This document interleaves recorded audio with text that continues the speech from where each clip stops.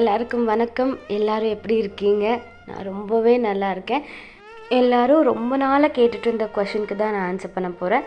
இங்கே மால்தீவ்ஸில் எவ்வளோ எக்ஸ்பென்சஸ் ஆகும், என்னென்ன திங்ஸ் எல்லாம் அவைலபிளாக இருக்குது அப்படின்னு சொல்லிட்டு. இந்த வீடியோ எடுத்த அன்றைக்கி காலையில் தான் போட் மாலையிலேருந்து வந்தது. என்னென்னா நம்ம ஊரில் மாதிரி நம்ம எப்போ நினச்சாலும் போய் திங்ஸ் எல்லாம் வாங்குகிற மாதிரியான ஃபெசிலிட்டிஸ் இல்லை. இங்கே வீக்லி ஒன்ஸ் இல்லாட்டி 10 days ஒன்ஸ் போட் வரும். அப்படி இல்லாட்டி மழையெல்லாம் வருதுன்னா 15 days மேலே கூட ஆகும். லாஸ்ட் மந்த் அந்த ஸ்ட்ரகிள் இருந்தது. கிடைக்கிறப்போ நமக்கு தேவையான திங்ஸ் எல்லாம் ஸ்டோர் பண்ணி வச்சுக்கிறது ரொம்பவே பெட்டர். நமக்கு போட் எப்போ வரும் என்ன அந்த மாதிரி டீட்டெயில்ஸ் எல்லாம் பார்க்கணுன்னா ஃபாலோ மீ அப்படின்ற ஒரு ஆப் இருக்குது. அதில் ஃபாலோ பண்ணிக்கலாம். அதுக்கப்புறம் ஸ்டோர்ஸில் கேட்டாலே அவங்களே சொல்லுவாங்க இன்றைக்கி வருது நாளைக்கு வருது அப்படின்னு. நம்ம என்ன பண்ண வேண்டிய விஷயம் என்னென்னா, போட் வந்த உடனே போய் நம்ம திங்ஸ் எல்லாம் கிராப் பண்ணிக்கிறது தான். அப்படி கிராப் பண்ணலாட்டி அவ்வளோதான், கிடைக்காது.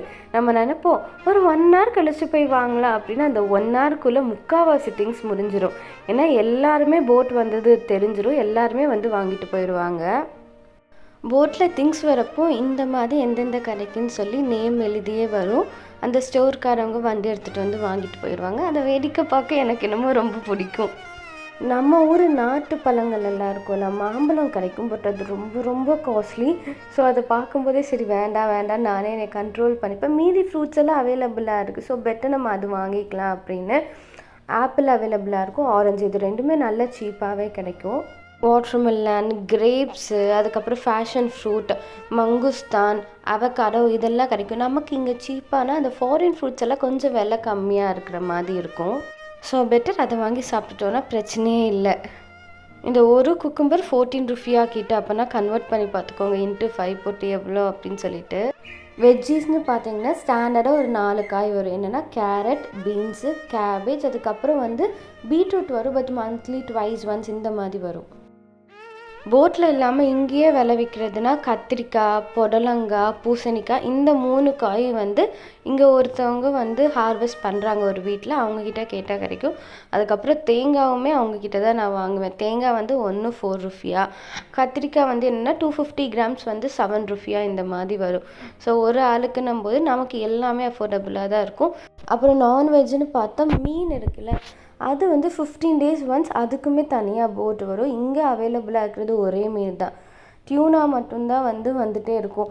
இவ்வளோ பெரிய கடலில் டியூனா மட்டும்தான் கிடைக்குமான்றது எனக்கு ரொம்ப பெரிய ஒரு டவுட்டாகவே இருக்குது.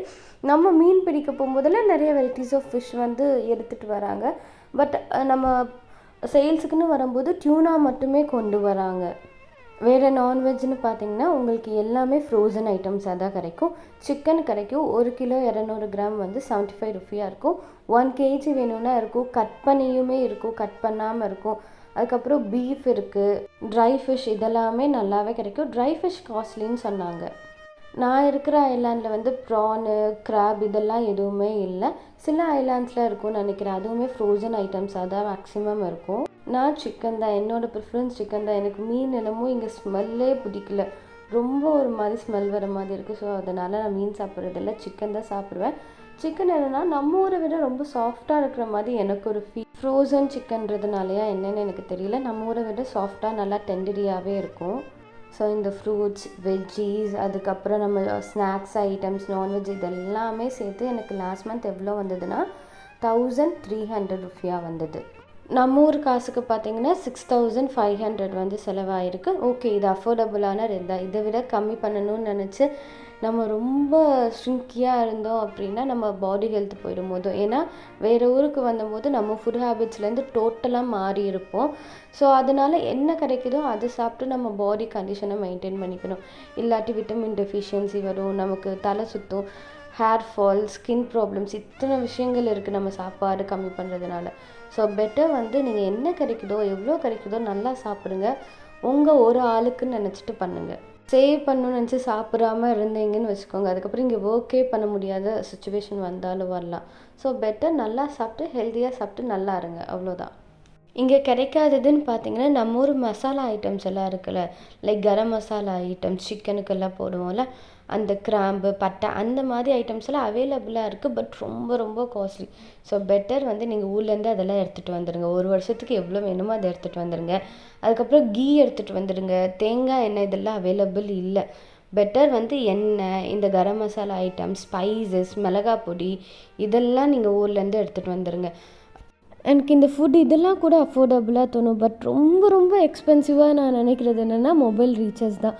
நம்ம ஊரில் வந்து ஒரு 700-800க்கு போட்டோன்னா ஒரு 84 டேஸ் இந்த மாதிரிக்கு நிறைய ஜிபி கிடைக்கும். பட் இங்கே நம்ம வந்து 600 MBR வந்து கொடுக்கணும்.